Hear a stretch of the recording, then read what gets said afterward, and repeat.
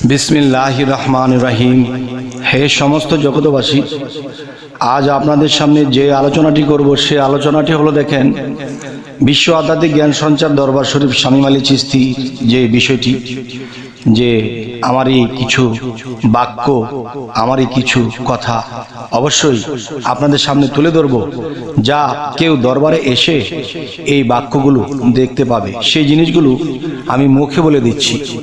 প্রথমত আমি বিসমিল্লাহির রহমানির রহিম বলে শুরু করছি বিশ্ব আধ্যাত্মিক জ্ঞান সঞ্চার থেকে এই আলোচনা। শুরুতে আছে ইয়া রব, ইয়া রাসূল, ইয়া মুর্শিদ, ইয়া গাউসুল আজম। যে বাক্যগুলো বলা হয়েছে দেখুন, ওহে ভক্ত শোন, মানব মহানয়, মানব নিজেকে ক্ষুদ্র বলেই জানে, মানব অবশ্যই মহা এবং মহাশক্তি, পবিত্র মানবেই বিলীন, মানব জানে না তাহার মহত্বের খবর। যেমন গাছ ফল দিয়ে যাচ্ছে, প্রাণীরা তাহা স্বাদ পেয়ে পেয়ে খাচ্ছে, কিন্তু গাছ জানে না তাহার ফলের স্বাদের খবর। ওহে ভক্ত শোন, যে নিজেকে চিনিল সে মহাবিশ্ব ব্রহ্মাণ্ডটাকে চিনিল, যে নিজেকে চিনিল সে মহা বিশ্ব ব্রহ্মাণ্ডকে চিনিল, এবং যে নিজের মধ্যে নিজে প্রবেশ করিল তিনি মহা বিশ্বের এবং ক্ষুদ্র বিশ্বের খবর দেখা ও শোনার মাধ্যমে জানতে পায় ও মহাজ্ঞান লাভ করতে পায়। এবার বলবো যে ওহে ভক্ত, মহাবিশ্বে খুঁজিস না, তোর মধ্যেই মহাবিশ্বের শক্তি এবং সেই শক্তির প্রতিচ্ছবি তোর মধ্যেই ক্ষুদ্র আকারে লুকাইয়া রহিয়াছে। সেই ক্ষুদ্র সেই মহা প্রেম সাধনা এবং ত্যাগেই তাহা প্রকাশ হয়। তখনই মানব বুঝতে পায় মানবেই ঈশ্বর, ঈশ্বরেই মানব একাকার। ভক্ত যখন প্রেম সাধনায় ঊর্ধ্বে চলে যায়, গুরু তখন ভক্তের মাঝে বিলীন হইয়া যায়। ভক্তের মুখে কথা বলে, ভক্তের চোখে দেখে। গুরু যখন প্রেমে কাঁদে তখন ভক্তের চোখে জল দেখা যায়। ওহে ভক্ত, তুই কি জানিস তুই যে আমার প্রকাশদাতা?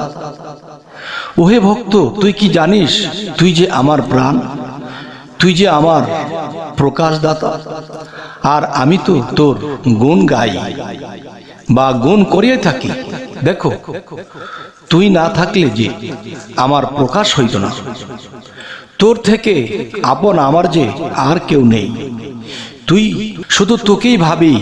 ভক্তই আমার মাতা পিতা, ভক্তই আমার গুরু।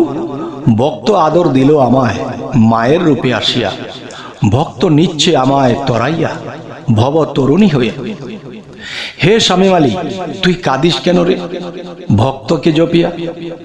অভক্ত দূরে যাবে, ভক্ত আসবি ফিরিয়া। আগে বুঝতাম না রাসূল কাঁদিত কেন উম্মত বলিয়া।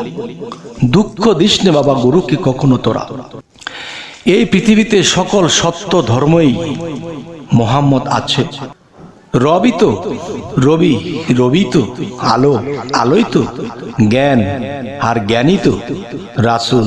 ইহাতে নাই কোনো ভুল। তবে হে সমস্ত জগতবাসী, এই যে কথার মূল যাই কিছু বলা হলো, আমাদের দরবারের এই বাক্যগুলো লেখা আছে। যদি কখনো আসেন দাওয়াত রইল, দেখে যাবেন, পড়ে যাবেন, কথা হবে। তবে আজকে আরো কিছু কথা বলবো। যে একটি হিন্দু শাস্ত্রের মধ্যে একটি কথা আছে, যেমন গণেশ কার্তিক। গণেশকে আর কার্তিককে তার মা বলেছিল, বাবা তুমি চেতনোক্ত জ্ঞানী না তুমি চেতনোক্ত জ্ঞানী? তখন গণেশ বলতেছে আমি, এবং কার্তিক বলতেছে আমি। তখন কিন্তু এখানে তক্র বিতক্রের মধ্যে চলে গেছে। তখন বিষয়টা কি হলো? তখন তার মা বলল, তোমরা দুই ভাই এই বিশ্ব ব্রহ্মাণ্ডটাকে আড়াইবার চক্কর দিয়ে যে আমার কাছে আগে আসতে পারবে সেই জ্ঞানী, সেই চতুর। তখন কার্তিক বলতেছে আমার আছে ময়ূর, আমি ময়ূরের মধ্যে উঠে আমি পৃথিবীটাকে আড়াইটা চক্কর দিয়ে আমি আপনার কাছে সবার আগে চলে আসবো।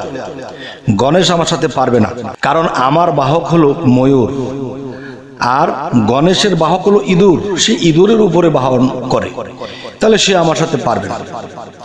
তখন চলে গেল কার্তিক ময়ূর নিয়ে সারা পৃথিবী, সে 2.5টা চক্কর দিচ্ছে, কতদিন লেগে যাচ্ছে। আর গণেশ কি করলো, তার মায়ের চারোপাশ দিয়ে 2.5টা চক্কর দিল, 2.5টা ঘূর্ণি দিল। তার মাকে বলল, মা তুমি তো আমার পৃথিবী, তুমি আমার বিশ্ব, তুমি আমার পৃথিবী, তুমি তো আমার কাছে শ্রেষ্ঠ। আমি তোমাকে 2.5টা চক্কর দিয়েছি, আমার সারা বিশ্ব চক্কর দেওয়া হয়ে গেছে মিনিটে।